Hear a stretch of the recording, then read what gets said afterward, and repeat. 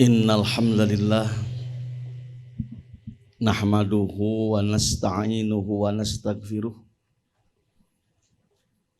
wa na'udzu billahi min syururi anfusina wa sayyiati a'malina may yahdihillah fala mudhillalah wa may yudlil fala hadiyalah. Qala Allahu ta'ala fil Qur'anil azim. A'udzu billahi minasy syaithanir rajim. Fa ammal insanu idza mabtalahu rabbuhu fa akramah wa na'amah fayaqulu rabbi akramani wa amma idza btalahu fa qadara 'alaihi rizqah fayaqulu rabbi ahanani. Amma ba. Hadirin yang insya Allah dimuliakan Allah Subhanahu wa Ta'ala, kita bersyukur di pagi yang cerah ini. Mudah-mudahan secerah hati kita semua.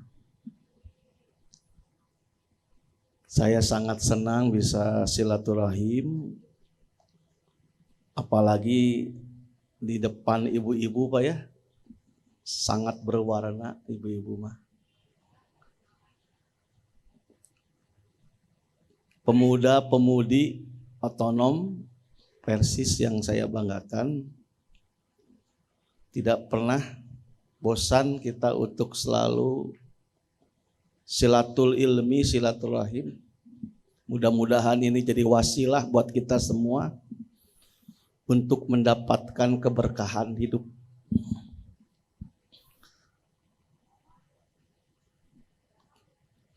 Tema kali ini, Bu, saya ingin mengungkapkan ada sebuah tulisan yang menarik yang judulnya itu Qawaidun fi Qadiyatir Rizki.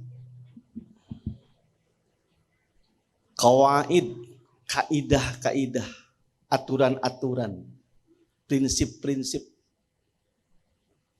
fi qadiyatir rizki, dalam persoalan rizki.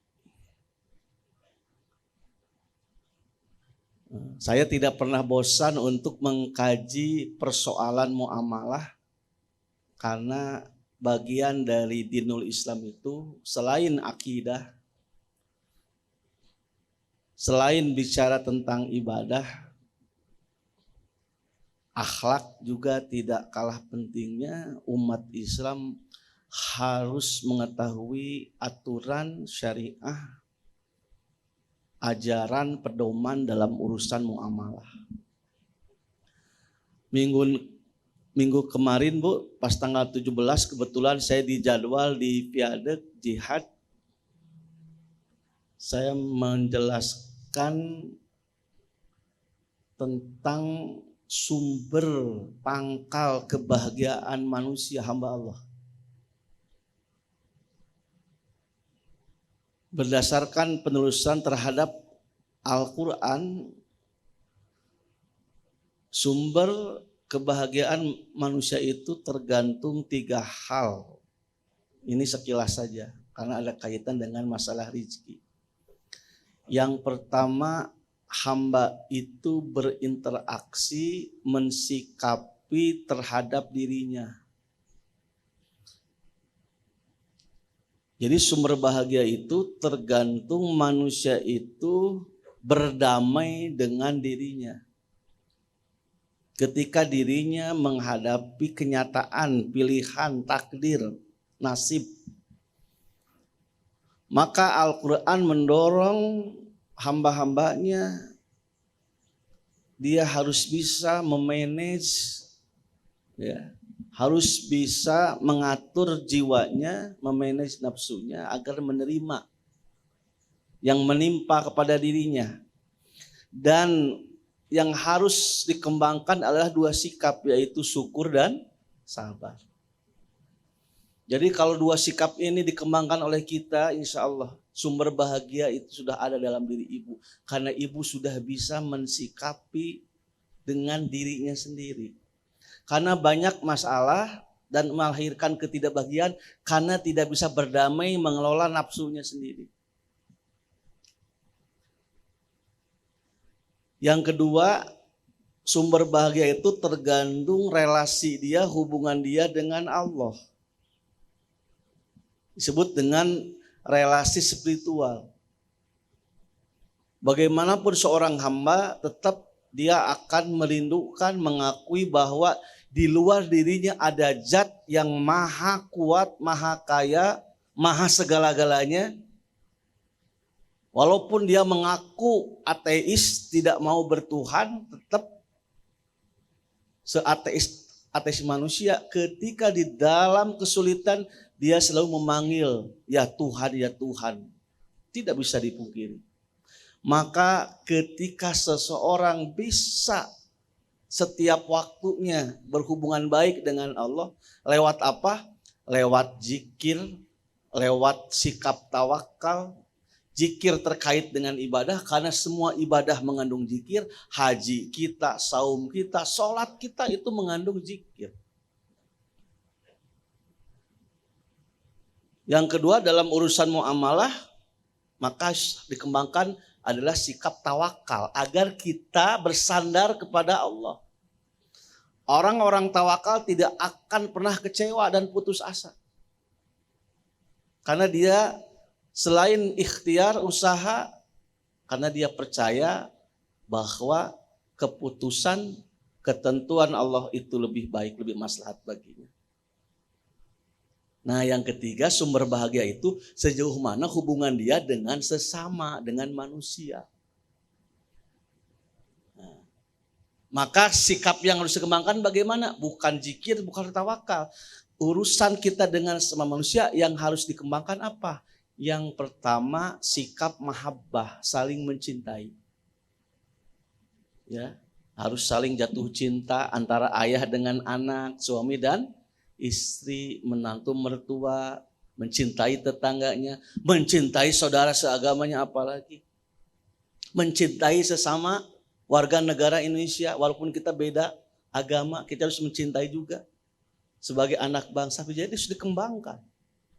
Yang kedua, sikap yang harus dikembangkan agar relasi kita sesama manusia. Yang kedua adalah saling berbagi. Hidup ini indah ketika saling berbagi. Berbagi yang paling indah apa? Ngasih makan. Tidak ada amalan yang paling sunnah dalam kehidupan muamalah kecuali it'amut ta'am. Kamu memberi makan kepada siapa? Apalagi ngasih makan kepada orang yang lapar. Wah, itu amalan yang paling dahsyat. Dan apalagi yang paling dahsyat, membasih minum kepada orang yang haus. Ibu di padang pasir 3 hari 3 malam berjalan. Pas gitu ibu kelaparan apa kehausan? Kehausan. Lalu ada yang ngasih ibu uang 100 juta. Yang sebelah ngasih teh manis dingin. Pilih yang mana, Bu? Dah ibu mah maruk 2 nana, kenapa? Pak itu ibu-ibu mah ditah milih 2 nana.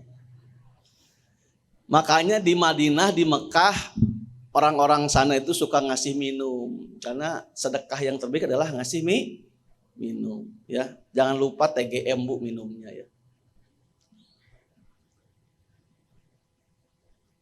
Jadi sumber bahagia itu tergantung hubungan kita terhadap Allah, sesama manusia, dan yang terakhir itu yang bagaimana memanage diri. Sholatna alus, ya, hubungannya alus, tapi rudet wae eta mah urusan hatena, ya. Nah, sekarang kita ke pembahasan yang ini biar nggak sama dengan minggu yang kemarin, itu resiko ustadzanya kudu temanya beda-beda gitu.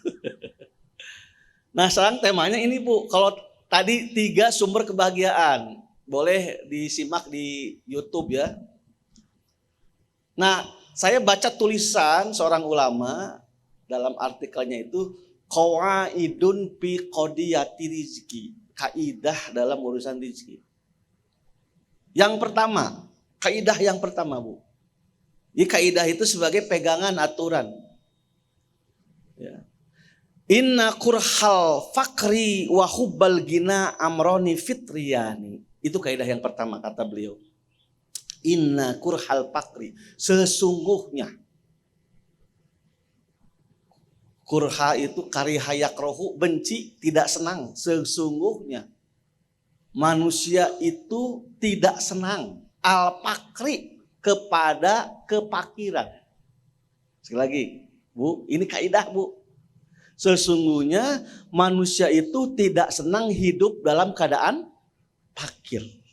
Wahubbal gina, dan sesungguhnya manusia itu mencintai kekayaan.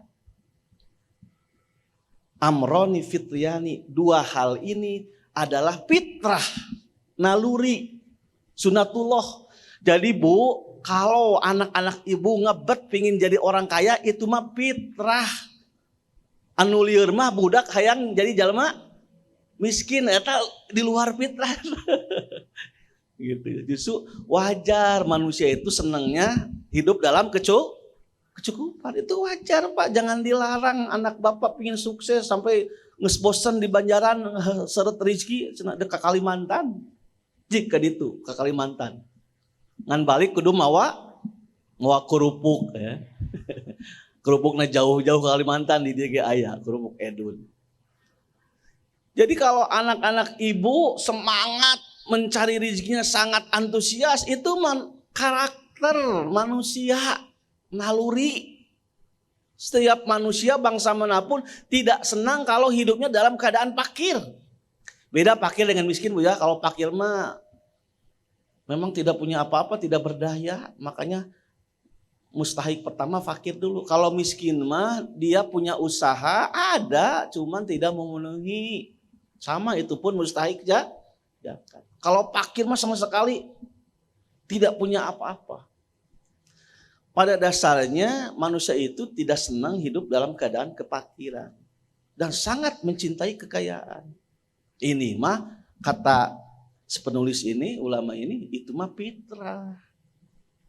Ya, jadi apalagi perempuan, Pak, fitrahnya matre perempuan mah. Ya. Jadi Pak, dasarnya perempuan itu materialismenya kuat daripada bapak-bapak. Wajar, Pak. Ya. Dalilnya apa Ustaz? Banyak dalil mah, gitu ya. Sesungguhnya manusia itu sangat mencintai harta. Sampai al-hakumut takasur. Disinggung, Pak. Al-hakumut takasur. Hatta jurtumul makobir. Manusia itu saking antusiasnya mereka mengumpul-ngumpulkan harta benda sampai ke liang lahat. Tapi beda dengan zaman tabi'in dan sahabat. Kata Imam Malik, kami kalau masuk usia 40, maka kami lebih banyak mengisi waktu itu adalah urusan akhirat daripada urusan dunia. Jadi orang Arab dah usia 40 kali teh 50 kali komo nyantai. Fokus hidup mereka cuman apa? Cuman satu, menunggu adzan ke adzan. Nikmat, Pak, di Mekah, di Madinah mah. Kamari ngiring daurah di Madinah, di Mekah 12 poe. Kebetulan kita tinggal dengan penduduk Mekah di situ. Dan memang gitu. Subuh teh di ditu teh setengah genap, dah jam 3 atau sararaya di masjid eta jamaah komplek di dieu teh di Mekah, Pak. Nyararan teh. Mun adzan jam 12, jam 11 yang saya di masjid. Pertanyaannya, iya orang Arab santuy kieu teu sieun kitu teu kabagian rezeki makan. Jadi mereka itu kalau sudah usia 40, kata Imam Malik gitu ya, sampai sekarang lihat santai aja. Nah, ai orang Banjaran pameungpeuk di subuh balik peuting eta pejuang nafkah, ya enggak apa-apa, itu juga bagus, ibadah, Bu. Sampai usia kita ira pangsiuna atuh, Pak. Da kumaha atuh bakat kubutuh teh ya, gitu ya. Dan ada hadis lain kan, Kalau kamu memegang biji kurma, lalu ada berita besok kiamat, lanjutkan, kata Rasulullah. Pal yagrisa, terus menanam. Jadi Islam sangat menghargai kerja, Pak. Tetapi harus di-manage. Nah, orang-orang Madinah dulu begitu. Usia 40 itu tos nyantai, Pak. Karena urusan dunia. Kenapa? Karena bagi mereka ya sudah cukup lah. Bukan mengejar kekayaan, yang penting cukup untuk kebutuhan tubuh mereka, badan mereka. Yang penting ibadah nyaman. Ibu ingin seperti itu, Bu? Ya, ibu juga, bapak juga harus punya manajemen itu.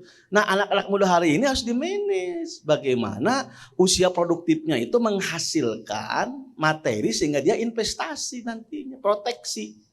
Jadi dalam teori manajemen keuangan, ya, kecerdasan finansial, jadi usia tertentu memang kita harus dalam posisi banyak istirahat dan banyak rileks, jangan terlalu serius. Kalau punya perusahaan sudah dikontrol, toswe. Aina aya CCTV, aya laporan keuangan, semua bisa di-manage, dikontrol. Ya. Dia mah pemilik perusahaan jalan-jalan, kemana? Ya.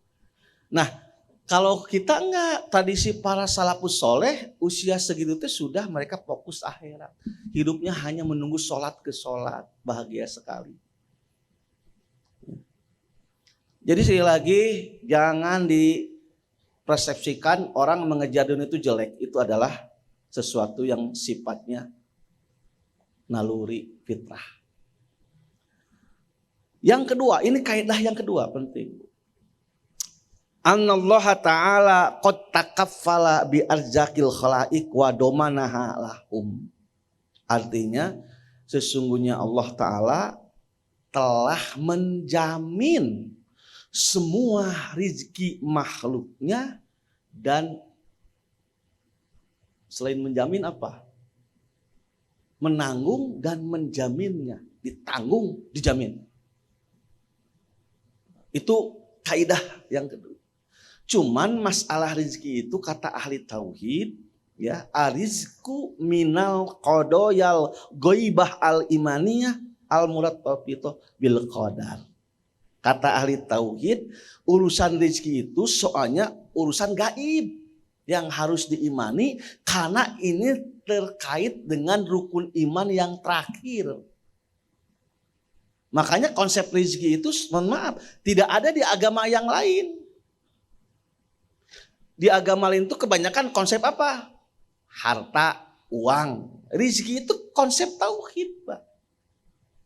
Makanya ketika mendefinisikan apa itu rizki, ya, Ibnu Mandur mendefinisikan rizki itu matakumu bihi hayatu kulli kainin hayyin madian kana au ma'nawiyah. Rizki adalah sesuatu yang bermanfaat bagi makhluk hidup, baik berupa materi maupun yang non materi. Ada juga yang mengartikan mayan tapi'u bihil insan. Rizki itu apa saja yang punya nilai manfaat bagi kehidupan manusia.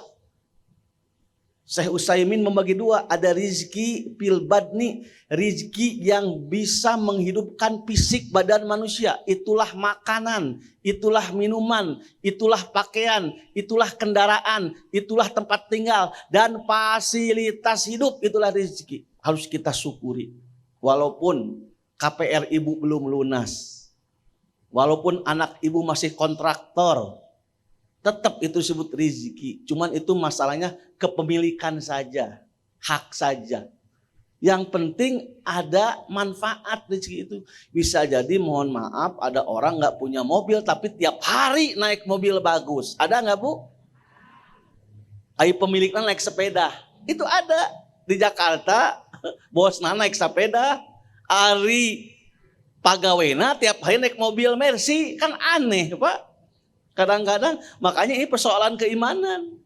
Yang pemilik mobil itu bosnya, tapi yang menikmati pegawainya. Kenapa? Karena bosnya kata dokter harus banyak olahraga dan agami biar tidak stres karena dia sudah punya sakit yang parah. banyak olahraga naik sepeda atau jalan kaki. Ayo mobilnya kusaha, tahu pagaweuna, mobilnya enak jalan-jalan. Kadang-kadang begitu konsep rezeki. Yang penting rezeki itu manusia dapat manfaat, tidak mesti menguasai dan memiliki, itu catatan. Ya, tidak mesti konsep rezeki itu menguasai dan memiliki. Yang penting mah nah itu menikmati. Anu boga pila tong sirik, tong iri, kanu boga pila teh, da manehna pusing tiap bulan kudu mayar listrik, mayar anu nunggu, babaturanna geura. Sorry hayang liburan nginjem pila dibere injem ngeunah. Saha eta teh Ustaz Latif eta teh. Tuh pusing naon kudu boga duit meuli pila. Ngajapri we ka my friend, bro, pinjem pila bro. Ari ka Ustad kan teu bisa nolak, bisa dikutuk ku Ustad. Mangga Ustad bari sabaraha dinten, 3 dinten siapkeun bro, segalanya bro, siap. Antepkeun ya, da pengusaha ieu. Teman saya itu ya, jadi enggak gagap. Dia yang punya pila bari ngobrol ngeunah Ustad mah saena pusing boga pila teh, mayar listrikna, mayar nu nungguna cenah. Bayar pajakna cenah. Anu nikmati Ustad we, mainna sibuk. Saya yang sering menikmati bilangnya. Nah kadang-kadang persoalan rezeki itu bukan memiliki dan menguasai, tetapi bagaimana menikmati. Kadang-kadang tukang seblak tidak menikmati seblaknya. Anu menikmatinya ibu kan nu meulina. Gitu. Jadi kata para ulama, rezeki itu mayan tapi ubihil insan. Apa saja yang Allah berikan dan itu dimanfaatkan oleh manusia. Ada yang terasa oleh tubuh kita, itulah rezeki yang kering kita berbicara konsep itu. Yang kedua, ada rezeki yang paling mahal, yang bermanfaat dalam urusan agama. Apa? Al ilmu wal iman. Orang tidak menduga bahwa orang sudah punya ilmu yang benar, ilmu yang bermanfaat, dan punya iman di dalam hatinya, itu adalah rezeki juga. Banyak orang menguasai dunia tapi ilmu agamanya tidak punya, imannya hilang. Banyak orang yang punya fasilitas tetapi tidak menikmati. Dia menguasai dunia, dia memiliki bagian dari dunia tetapi tidak merasakan nikmatnya itu. Bisa jadi kita itu tidak memiliki tapi menikmati hidup itu. Nah itulah. Tapi kata Syekh Athaillah, orang itu kalau berbicara nikmat, kan nikmat itu rezeki yang dirasakan, itu namanya nikmat. Ya. Kalau berbicara nikmat, selalu kepada fasilitas hidup. Padahal ada nikmat yang paling mahal, tetapi manusia umumnya lupa. Makanya saya Athaillah membagi dua, ada nikmat ijad, ada nikmat imdad. Nikmat imdad itu nikmat fasilitas hidup. Ibu punya rumah, alhamdulillah. Walaupun 72 meter tapi tos lunas, enak kebocor. Itu juga fasilitas hidup. Ibu punya mobil. Ya, mobilnya kijang, tidak ada duanya.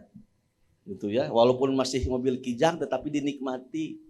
Daripada Pajero tapi ngiridit kene. Sampai dina tanjakan tit karaos gitu ya. Kreditnya. Jadi sebenarnya persoalan rezeki itu tadi kembali lagi. Orang selalu tertuju kepada fasilitas hidup, kendaraannya, pakaiannya, rumahnya, ya, uangnya, gaya hidupnya. Ada yang lupa, ada nikmat Allah, rezeki Allah yang selalu dilupakan. Apa coba Bu? Dan kita jarang mengucapkan, mensyukurinya, mengucapkan alhamdulillah. Ibu dapat hadiah dari suami, alhamdulillah. Ya, anaknya sukses di Jakarta, lalu ngajak makan ke restoran, ibu bilang alhamdulillah, nuhun. Tapi ada nikmat yang orang itu lupa, kata satu dia. Apa? Nikmatul ijad. Apa itu nikmatul ijad? Ketika ibu bangun tidur masih ada nyawaan. Apa artinya fasilitas hidup? Ibu teh geus ngumumkeun poe Rebo ibu teh dapat warisan. Pokoknya kabeh dek dibagikeun, anak incu dikumpulkeun. Ibu menang warisan. Geus kajual tah tanah warisan teh. Poe Rebo jeung engke bakal pesta kambing guling ceuk si nenek teh poe Rebo tungguan. Nah pas poe Rebo subuh si nenek teh dihudangkeun teh teu hudang-hudang. Nasibna karunyanya edek pesta teh hanya dinikmati oleh iya. Apalagi ibu, bapak juga sama. Kalau istrinya meninggal, ya asetnya milik bapaknya, suaminya bisa jadi gitu. Itulah nikmat ruh, nyawa. Ibu sok nyukuran nikmat nyawa henteu. Makanya doa setelah tidur apa Bu? Doa setelah tidur? Nah itu baca aja itu. Jadi saya atau itu inspirasi dari hadis itu doa itu. Karena tidur itu saudaranya kematian. Kalau ingin tahu apa itu mati ya tidur aja. Kalau tidurnya pulas, indah berarti ibu mendapatkan nikmat kubur. Kalau ibu tidurnya gelingisahan, stres tidurnya teh diudag-udag anjing. Mun bapak mah diudak-udak debt kolektor ngimpi teh eta teh ajab kubur Pak gitu kata Ibu Qayyimna memberikan contoh gitu. Nikmat kubur itu apa? Ya seperti orang tidur aja pas bangun deh tos dibangkitkan hari kiamat teka rasa we anu soleh mah yang beriman itu mendapatkan kenikmatan. Surga itu ditampakkan di alam kubur itu bagi orang-orang yang beriman itu. Tapi orang yang namanya siksa kubur, neraka itu ditampakkan stres. Seperti ibu tidur juga ada yang mimpinya indah tidurnya, ada yang mimpinya buruk. Nah ketika ibu bangun sadar, alhamdulillah masih diberi ruh, diberi nyawa. Kadang-kadang lupa itu tuh ya kenikmatan. Nah sekali lagi Bu, Allah sudah menjamin rezeki semua makhluknya. Dalam bahasa Al-Quran surat Hud ayat 6, wa ma min dabatin fil ardi illa 'alallahi rizquha. Tidak ada makhluk melata. Dabah itu tafsirnya banyak. Hewan melata, makhluk melata, bisa manusia disebut dabah juga. Tapi umumnya dabah itu adalah binatang hewan yang bergerak dengan kakinya. Dengan tangannya juga ada. Dan itu biasanya binatang yang kotor. Kenapa Allah menyebut dabah dalam urusan rezeki? Jangankan manusia makhluk yang termulia, siapa makhluk yang paling mulia? Ya manusia. Walaqad karamna bani Adam. Kami sudah muliakan yang namanya Bani Adam. Dengan jin mulia mana manusia dengan jin? Mulia manusia daripada dengan jin mah. Tapi kenapa ibu takut dengan jin atau eleh ku jin? Mun kacai kudu diantaroy ku bapana. Padahal kita lebih mulia dari jin. Kenapa takut itu? Gara-gara film horor udah diproduksi wae jadi budak tesarieun. Jadi kita itu makhluk yang mulia, dabah saja binatang. Nah, kalau tahu apa itu filosofi rezeki, ibu tahu cicak. Cak-cak Bu. Cak-cak. Bu, lamun cak-cak seperti kita punya akal sehat, ngomong ke tuh, ya Allah cing atuh hirup teh miripuh-ripuh teuing, nya lempang kudu kokorosodan, jeung ai caktan kuduna di dinding we. Jeung cak-cak mah sumber makanan naon? Nyamuk. Ai nyamuk bisa hiber lincah kali itu ka dieu olahragana naon eta nyamuk. Ai cak-cak eungap lempang ge tapi kunaon tetep cak-cak harirup atuh tuh loba kieu cak-cak harirup. Kan tadi wa ma min dabatin, jangankan manusia cak-caknya tos aya rezekinya. Apa rezeki cak-cak itu? Lewat nyamuk. Makanya kalau tahu apa itu rezeki, ibu ajarkan anak-anak ibu sampai sekarang lagunya. Apa lagunya Bu? Cik-cak di dinding, diam-diam merayap. Tah hirupna kudu kitu Pak, merayap cari rezeki seperti cak-cak. Cak-cak teh hoream neangan reungit teh, tapi tetep merayap. Bapak ge sarua. Hoream dagang teh, usaha teh, ngojek teh. Da kudu dilakonan hirupna kitu, tinggal dicak-cak. Diam-diam merayap. Lalu bagaimana? Lalu datang seekor nyamuk, lalu di tah eta rezeki cak-cak kenapa tos aya. Hirupna siga cak-cak mah tong sieun. Ibu teh berat, tahu ibu teh anak ibu di PHK tahu, kita juga jangan sedih Bu. Susah hari ini pemerintah teh sulit urusan ekonomi, matak pajak we digedekeun ti baheula. Di pajak digedekeun pajak progresif, PBB ditaikeun di demo tadi pati. Ya. Sekarang memang ekonomi lagi sulit. Tapi nggak boleh begitu. Pengeleh ku cak-cak tuh. Tetap mereka merayap Pak, usaha. Cak-caknya terus dijamin rezekinya. Nyamuk. Nah pertanyaannya Ustaz, ari reungit eta rezeki naon? Nya eta kulit ibu, matak ibu teh mun di rumah Bu kudu dibebaskeun badan teh ke rezeki naon? Nyamuk. Aya rezekina. Matak lamun aya reungit nempel Bu, entong dikeplet, karunya teu adil. Mereka cuman mencicipi sedikit saja dari darah ibu, kok ibu langsung lewat pembunuhan Bu? Adil enggak Bu? Kan teu adil. Rizki nyamuk itu ada di tubuh kita, kurang dipayahan. Adil teu? Henteu atuh Bu, karunya atuh. Cik sodakohkeun we mangga. Masing-masing sudah ada rizkinya, nyamuk saja ada rizkinya. Cak-cakit tos aya rizkina. Itu kaidah yang kedua. Ini mah harus yakin, ya. Walaupun ekonomi sedang sulit hari ini, anak-anak kita harus yakin. Bisa jadi di situ musibah, di situ juga ada yang mendapatkan nikmat. Kadang-kadang musibah jeung nikmatna di dinya keneh tempatna. Covid teh musibah keur pegawai KP mah, keur tukang restoran mah Covid teh musibah. Kapungkur Covid dilarang. Banyak orang yang bangkrut gara-gara Covid. Tidak boleh, ya. Tetapi Covid datang itu 6% UMKM sukses dan omsetnya melejit. Ya. Pengusaha tertentu Covid itu jadi bangkrut, sedih gitu ya, sampai jual rumah. Teman saya itu KP-nya 3, pas Covid itu dijual tah imah jeung mobilna teh. Demi mempertahankan karyawannya. Baiklah abi mah penting karyawan selamat cenah pas Covid. Tetapi ada saudara kita pas Covid atoh kieu we Pak isuk-isuk teh nyekal duit. Tukang naon Bu? Tukang sapeda jeung tukang masker, betul. Tukang sapeda ngadadak laku tuh di Kosambi. Wah, pas Covid pada hayang imunna hayang kuat. Tukang apalagi tukang madu. Tukang nog nu laku teh pas Covid mah. Al-Quran pun laku. Saya di dunia penerbitan ternyata pas Covid nah bagi penerbitan Quran jadi laku Pak. Kunaon ya fenomenal. Sigana tarobat jelema di imah wae lieur maca Quran ngaji. Jadi ketika Covid konten-konten agama laku di YouTube Pak.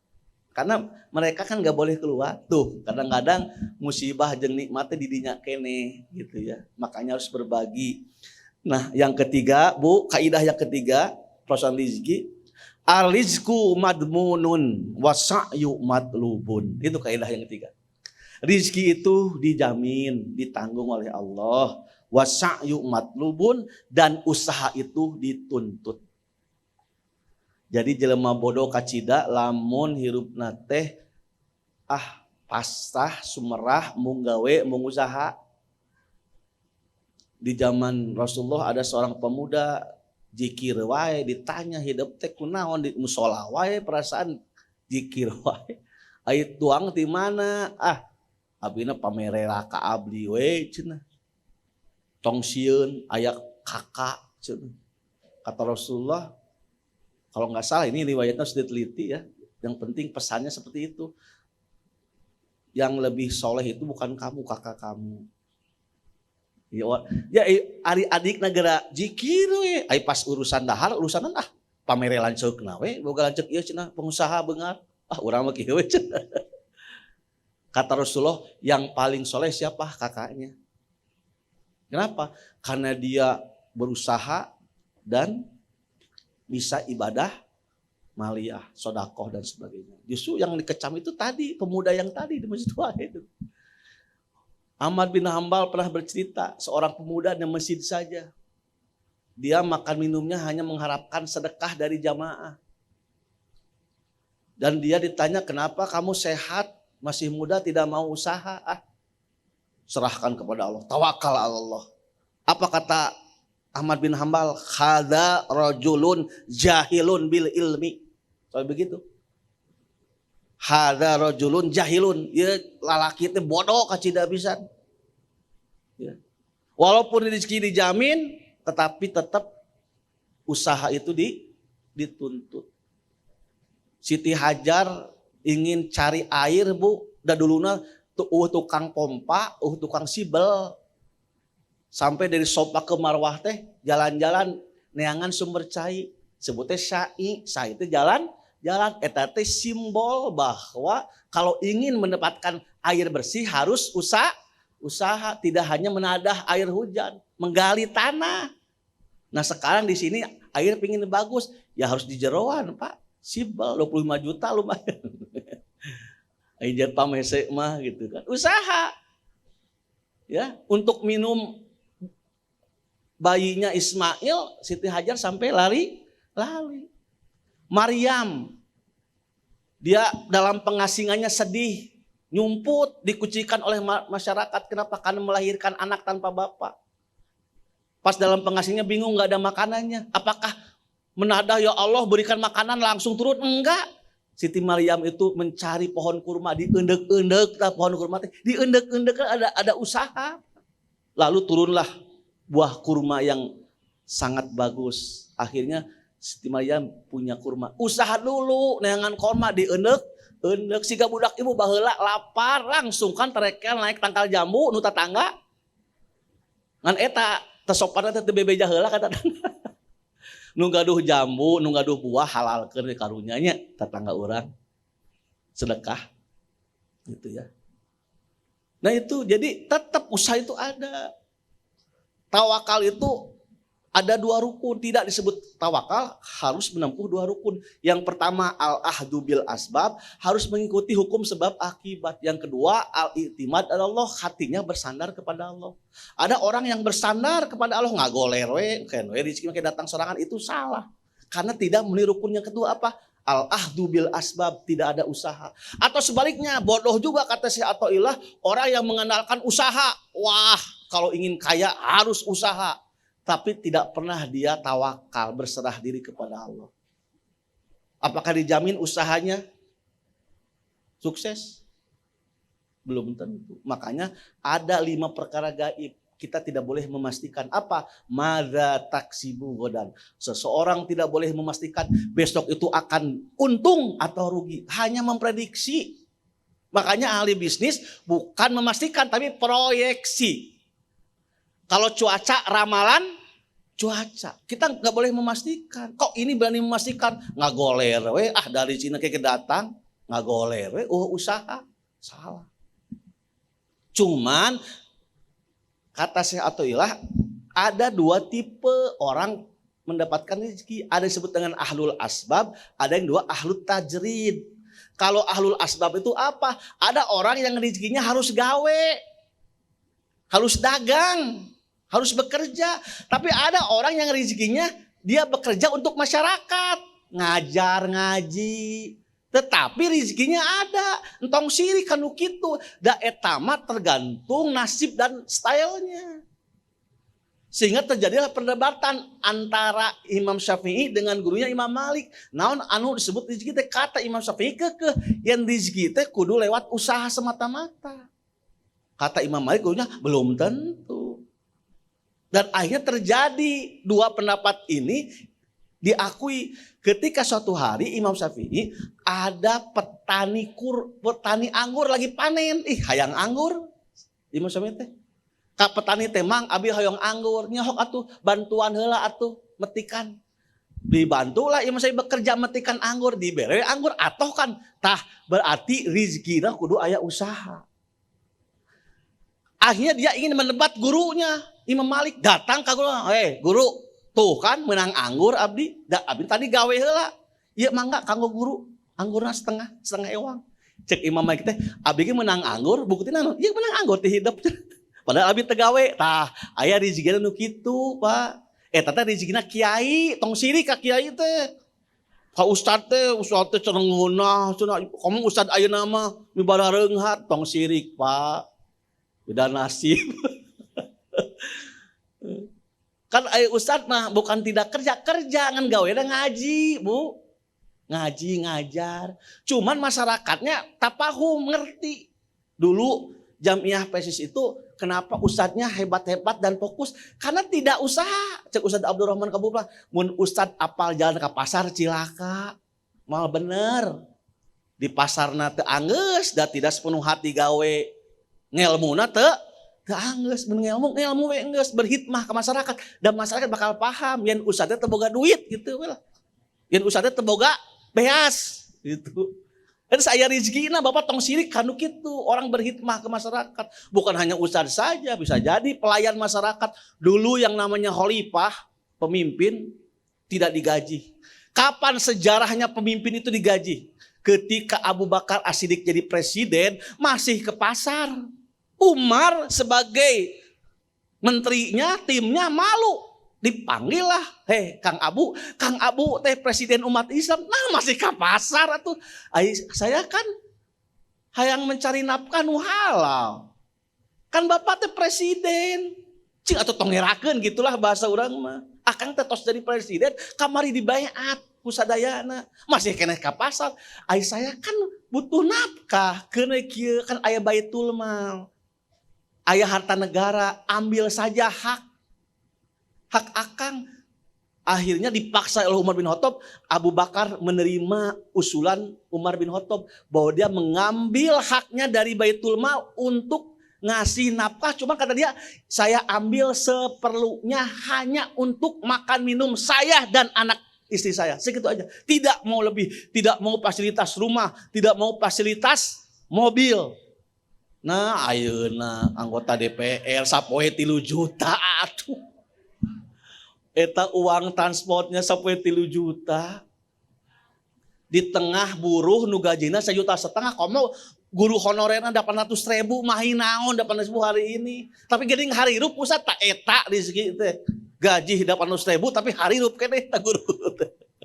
Itu berkah gitu ya. Jadi sejarah pejabat menang gaji di negara ada, yaitu Abu Bakar tadi. Ketika Abu Bakar masih kena ke pasar padahal statusnya presiden. Atau akang teh moal fokus atau melayani masyarakat. Hok atau melayani pemimpin itu khodimul ummah, kata orang-orang Islam itu. Yang namanya pemimpin itu adalah melayani kepentingan rakyat. Kalau bahasa Agus Salim itu, pemimpin itu menderita. Hakikat pemimpin itu menderita. Tapi hari ini orang ngejar pemimpin di legislatif, di eksekutif karena bukan sekedar menderita, justru menyenangkan. Kalau ingin kaya cepat ada 2 teori kata aktivis hari ini. Pertama jadi pengusaha, yang kedua jadi politisi. Langsung jadi komisaris. Ya. Yang ketangkap Rabu kemarin yang ketangkap, baca riwayat hidupnya. Dia itu asalnya adalah driver Gojek. Lalu dia masuk dunia politik jadi tim pemenangan Jokowi Mania. Masuk ke Prabowo, tim pemenangan Prabowo, diangkatlah jadi wamen. Ditangkap OTT. Nangis. Saya dijebak. Saya tolong bebaskan Pak Prabowo. Itulah hidup. Ya, kalau dia ingin kembali mengulang bisa jadi tukang ojek lebih bahagia. Itulah misteri rezeki ya. Ibu jangan suudon dengan keputusan dan nasib yang kita terima. Makanya ada kaidah selanjutnya, Bu. Nah, kaidah yang keempat tulis, Bu. Al-ghina wal fakru ibtilaun. Yang namanya kekayaan, yang namanya fakir, ibtilaun, keduanya itu adalah ujian. Bu, ada orang yang diuji dengan kekayaan. Ada yang sukses, ada yang tidak. Ada orang yang diuji dengan kefakiran, kemiskinan. Ada yang sukses, ada yang tidak. Lihat saja para nabi. Para nabi itu banyak tipenya. Ada yang miskin terus. Itu nabi siapa? Nabi Ayub. Kaya dulu Nabi Ayub. Nabi Ayub Bu bengar heula. Sampai usia 70 tahun. Peternakannya banyak. Kebunnya bagus. Anaknya 24. 2 kodi. Sakodinya 24. Ku Allah teh diuji di tes, diuji ku kabengharan, lolos. Ketika Nabi Ayub beunghar, bageus sakampung teh Bu ngaliwat hayu diundang tiap poe teu habis-habis. Diuji we ku kamiskinan, dibere we kemiskinan. Ternaknya hancur, kebunnya banjir, anak-anaknya 24 langsung isdet meninggal, kabayang atuh musibahna. Ditambah badannya penuh pesakitan, sakit kusta kulit, kronis. Sampai istrinya gak kuat, Kang ngadoa deui ka Allah manya teu diijabah. Karek 1 tahun 2 tahun geus teu kuat istrina teh. Kikituan Kang atuh ngadoa ka Allah. Kembalikan deui hirup teh masa lalu, kerjaya-jayana. Apa jawaban Nabi Ayub? Isin mah, urang teh 70 tahun harus diberi nikmat. Karek sakieu geus mental teh, geus aya nikmati. Justru aya hikmahna. Ayah gering teh deket ke Allah.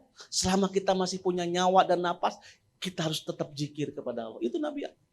Seberapa tahun tah? Menurut riwayat 17 tahun Nabi Ayub menikmati sakit dan miskinnya itu. Baru geus 17 tahun teh. Ku Allah teh dibuahkeun rezekinya, akhirnya ternaknya tumbuh lagi, ya. Dan anaknya lahir lagi. 12. Sarehat deui. Wah eta Nabi Ayub. Jadi ada nu kaya heula miskin.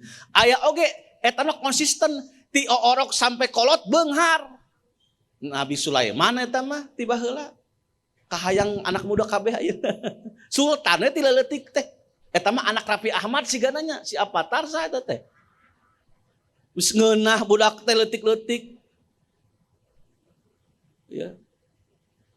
Nah ada juga orang yang sejak kecil sampai akhir hidupnya miskin. Itulah Nabi Isa. Nabi Isa. Wah ripuh Nabi Isa mah. Keur orok lagi ripuh. Dan dipitnah atuh. Nah cenah bapaan cenah budak gitu kan. Ripuh Nabi Isa mah. Dan bergaul pengikutnya orang-orang miskin aja. Itu Nabi Isa. Aya anu hidupna teh di istana. Tapi ujung-ujungnya di bukan di istana. Tapi di jalanan. Nabi Musa itu mah. Da keur orok teh nya hidupna teh diampihkeun jig sia.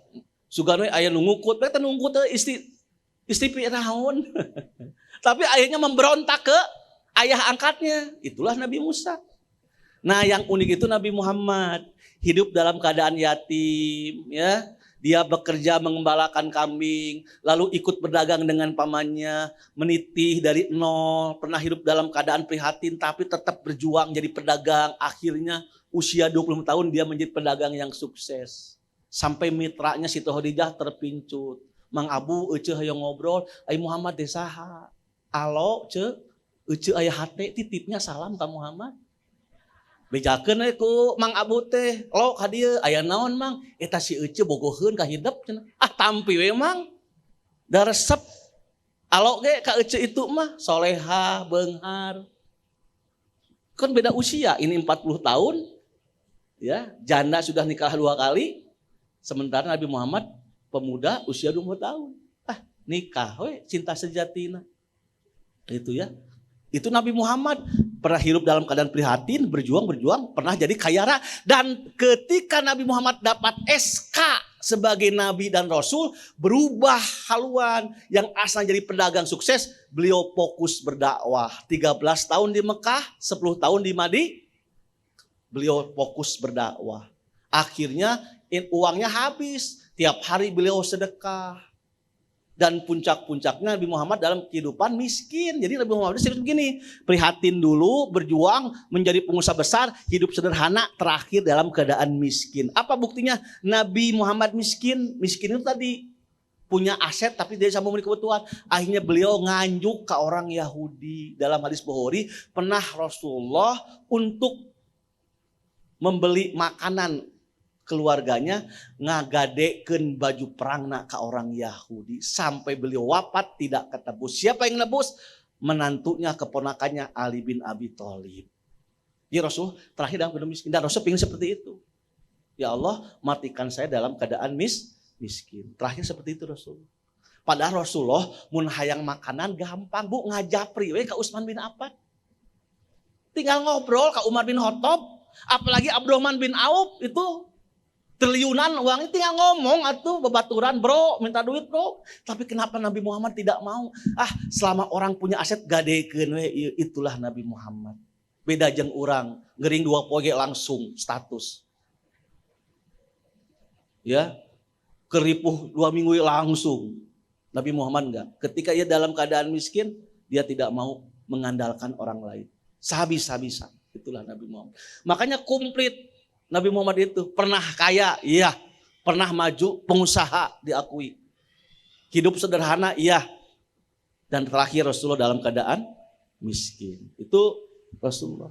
Nah, mau kaya mau miskin dua-duanya ujian. Makanya Nabi Sulaiman apa Bu dalam Al-Qur'an diabadikan, qala hadza min fadli rabbi liyabluwani aashkur am akfur. Semua kekayaan ini kata Nabi Sulaiman, ini adalah karunia Allah, pemberian Allah. Apakah aku diuji ini akan bersyukur atau akan kufur terhadap Allah?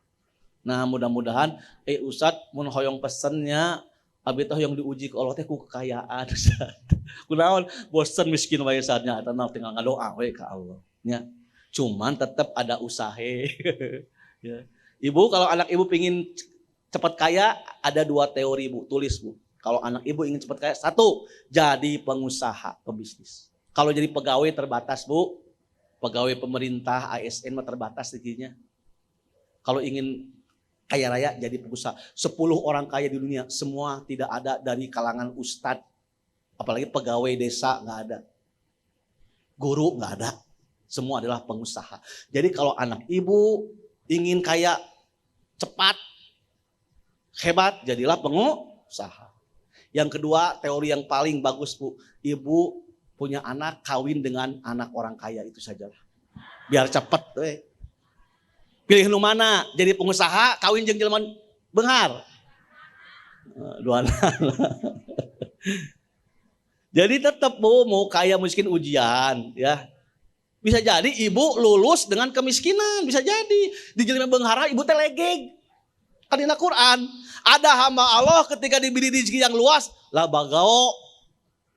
Hidupna teh legeg, olo-olo nu baheula mah keur miskin masuk gaul. Daek nyapa, daek berkunjung, nah aing geus beunghar embung wauh, da beda grup, WA-na geus beda. Geus beda cenah komunitas. Ya ada jadi gitu, orang ketika kekayaan jadi sombong, ya. Tapi ada orang yang diuji kemiskinan jadi soleh. Justru dengan miskin dia jadi soleh, dekat dengan Allah bisa jadi. Nah, itu kaidah yang keempat, miskin kaya sama-sama itu alat uji Allah kepada hambanya. Yang kelima Bu, ada 6 kaidah. Yang kelima, as-sa'adatu laisat fil mali faqat. Kata ulama ini mengatakan kebahagiaan itu bukan tergantung banyaknya harta. Eta mah bullshit Ustad, anggar we teu boga duit teh lieur. Iya. Tapi jangan sampai meyakini sumber pusat kebahagiaan itu karena harta, enggak. Kan tadi banyak orang menguasai harta, tapi tidak menikmati. Makannya lagi ditimbang Ustad. Ai asetna di mana-mana, ai pas makan gara 2 sendok Ustad. Nya eta nu kitu. Ai urang cenah dahar jeung naon we, mie ayam hayu, pecel lele hayu. Da aliran saka teh nya saka habekna urang mah. Nah, iya makannya dibatasi, kadang-kadang begitu. Jadi sumber bahagia itu bukan urusan menguasai dan memiliki harta. Makanya ada perkataan Ibnu Mas'ud begini, qalilun yakfika khairun min ghina dughika. Sedikit itu mencukupi kamu itu lebih baik. Orang teh sedikit aset harta teh tapi cukup, lebih baik daripada kaya tapi kamu jadi durhaka, lalai kepada Allah Subhanahu wa taala. Nah itu we pesan ti Ibnu Mas'ud mah, qalilun yakfika khairun. Asetmu, rezekimu sedikit tapi itu mencukupi kebutuhanmu, itu lebih baik daripada kekayaan yang ujung-ujungnya durhaka ke Allah. Makanya sumber bahagia itu bukan di harta semata-mata. Walaupun sudah akui ketika ibu tanggal 24 lalieur gitu sepuyeng gitu. Saldo tos menipis. Tapi jangan begitu Bu.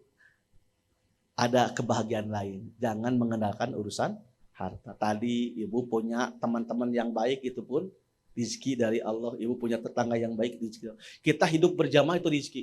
Saya menganjurkan lebih baik hidup berjamaah Pak. Tong bobogohan we atuh. Dibawalah simpatisan we jadi anggota. Man mata barang siapa yang meninggal ya. Lalu tidak punya bayaat, tidak punya pemimpin. Mata mitatan jahiliyatan. Dia bisa mati seperti matinya orang jahiliyah. Maka lebih baik kalau menurut saya hidup itu berjamaah daripada sendirian. Kalau berjamaah kita punya teman, punya ustadz, punya imam yang membimbing kita. Nah, hidup berjamaah itu juga itu rezeki dari Allah. Kata Prof. Atip wamen kita, kunaon saya masih kene di persis, sieun pas maot nu nyulatkeun cenah. Dan kita mah alhamdulillah kalau berjamaah, Bu ya. Insya Allah kalau ketika meninggal. Karena dalam hadis barang siapa yang meninggal, lalu ada yang mensalati 40 orang saja Pak. Lalu yang salat itu ahli tauhid semua. Tidak syirik, tidak bid'ah. Semua yang mensalat kita itu yang 40 orang itu ahli tauhid semua, bersih akidahnya. Maka akan menjadi syafaat pembela kita. Berarti itu jelema bener, pedah babaturana barana. Lihat para ulama Ibnu Taimiyah ketika meninggal, hampir berapa ratus ribu yang mengantarkan jedahnya. Ibnu Jauzi ketika wafat, siapa yang hampir semua penduduk Suriah mensalatinya. Wah, itu yakin ahli surga. Ciri ahli surgana nu nguruskeun jenazah ge loba. Tak nikmat rezeki kunaon atuh urang teh di bab eta we, hok ibu meninggal. Harta banyak, tapi budaknya bararaong. Doraka kaulotna, eueun ngamandian, eueun gema karasana. Sedih, Pak. Oh, Bapak itu toh-tohan dunia, pas Bapak sakit tidak ada yang menemani, eueun nalkinan Bapak teh. Kabayang teh. Jadi bener, rezeki itu bukan persoalan harta, kebahagiaan itu bukan harta. Bisa jadi tadi ibu hidupnya sedikit rezekinya, tetapi membahagiakan hidupnya. Kenapa? Banyak orang yang tetap setia mendampingi ibu. Anak cucu masih memperhatikan. Tapi bagaimana orang Jepang ngeskolot kapan ti jompokeun. Orang Amerika ngeskolot kapan ti jompokeun. Semua begitu orang-orang barat itu. Kenapa? Karena tidak ada hubungan batin. Lebih baik kita orang Indonesia bukan negara maju, negara miskin, nggak apa-apa kita sebut negara miskin juga. Tapi kami bahagia tinggal di sini. Nanam bonteng jadi bonteng, nanam cabai jadi cabai. Itulah Indonesia. Cuman sayang Indonesia diurus oleh orang-orang salah itu saja. Beunghar Indonesia teh kudu bersyukuran. Cuman diurus oleh orang-orang yang salah, koruptor kabeh rata-rata pikeulina Indonesia teh. Kalau pemimpin kita jujur, amanah, Pak, udah kaya Indonesia itu. Cuman sayang Indonesia itu ngelola muamalahnya tadi, Pak. Banyak penyimpangan. Dan yang terakhir, kaidah yang terakhir, iyyaka wal haram. Kata para ulama ini, iyyaka wal haram, hati-hati jauhi oleh kalian yang haram. Yang haram itu sedikit kok. Pertama, haram karena kedzaliman. Yang kedua, zahula, haram karena kebodohan, kecerobohan. Ingat, manusia itu punya dua karakter, doluman, zahula. Manusia itu suka zalim dan suka ceroboh. Nah, penyakit ekonomi itu berdua. Kenapa riba diharamkan? Karena zalim. Kenapa Ustaz riba itu dolimnya atuh manehna dapat untung anu nginjemkeun belum tentu untung. Sementara dalam Al-Quran mada taksibu dan gaib itu adalah kita tidak boleh memastikan besok itu untung tidak. Ari nu mere riba posisinya kumaha? Enak ya nginjem dulu 100 juta bunganya sekian. Teu hayang apal usaha kudu kitu pokona 100 juta balik bunganya balik. Tak eta kenapa riba itu dolim? Karena posisinya memastikan sesuatu yang besok. Pokoknya muamalah yang zalim pasti haram. Penipuan, algis, alghoban, goror. Kenapa goror itu boleh? Nah kalau goror itu jahula. Transaksi yang tidak diketahui akibatnya. Tidak diketahui kualitasnya. Tidak diketahui kuantitasnya. Tidak diketahui kapan barang itu nyampe. Itu namanya goror. Beli ucing dina karung, makanya dia Rasulullah jangan beli buah yang masih nengtet keneh buahnya nggak boleh, itu goror, takut buahnya itu tidak jadi atau nanti kena hama, makanya nggak boleh beli buah yang masih ditangkai yang masih muncul bijinya. Tapi kalau buahnya sudah terukur, ya kalapatnya geus katingali saminggu tinggal metik, hok dijual teu naon sesuai harga pasar. Tapi kalapa lagi can muncul, geus wani, ya serba tangkal, ya duren, 100 tangkal beli tah. Padahal belum muncul durennya, itu namanya goror, haram nggak boleh. Kenapa? Takut nanti tidak jelas apakah ini sukses atau tidak. Akhirnya apa? Al-khida, terjadi perselisihan. Makanya jual beli golor yang ibu tidak tahu objeknya jangan. Soka pancing ibu-ibu mah, yuk investasi batu bara, investasi emas. Ternyata emasnya bodong, batu barana milik perusahaan orang lain. Cuman dijanjikan bagi hasil sebulan pertama, alhamdulillah Ustadz tinggal libatin gede. Ke bulan 2, bulan ke-4 dibawa kabur. Kenapa? Karena kita tidak memahami itu bisnisnya. Makanya 2 penyakit ekonomi yang harus itu adalah riba dan goror. Nah, iya kawal haram, hati-hati. Kalau usaha hindari yang haram. Kenapa? Kata para ulama, kalau tubuh kita sumbernya haram, tidak halal atau ibadah, maka akan merusak agamanya. Pertama, ibadah jadi malas. Kenapa ibu punten? Ini boga minantu salatna halal sudah tingali usahana. Kalau usahanya haram, subhat, karena ibadah lagi malas.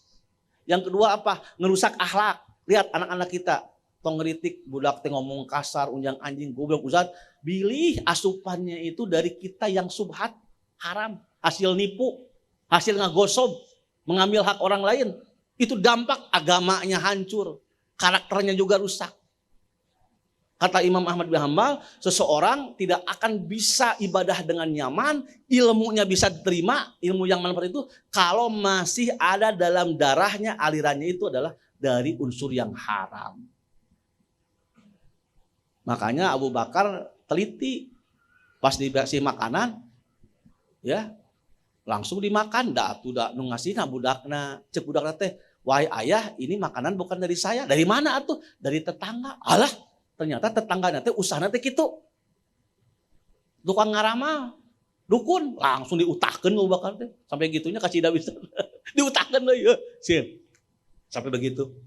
Ya, dulu sahabat tabiin hati-hati, lebih baik tadi yang halal. Makanya ada dulu orang-orang tuh seneng makan di rumahnya seorang ulama kaya raya, Ibnu Jauzi. Ibnu Jauzi itu ustaz yang kaya raya. Orang tuh seneng makan di Ibnu Jauzi, kenapa? Karena yakin halal ini. Karena dia punya kebun, punya ternak sendiri. Saya lebih nyaman makan di rumah guru saya. Kenapa? Karena pasti dijamin halal daripada saya makan dari bapak saya yang nggak jelas usahanya. Sampai begitu dulu ada cerita.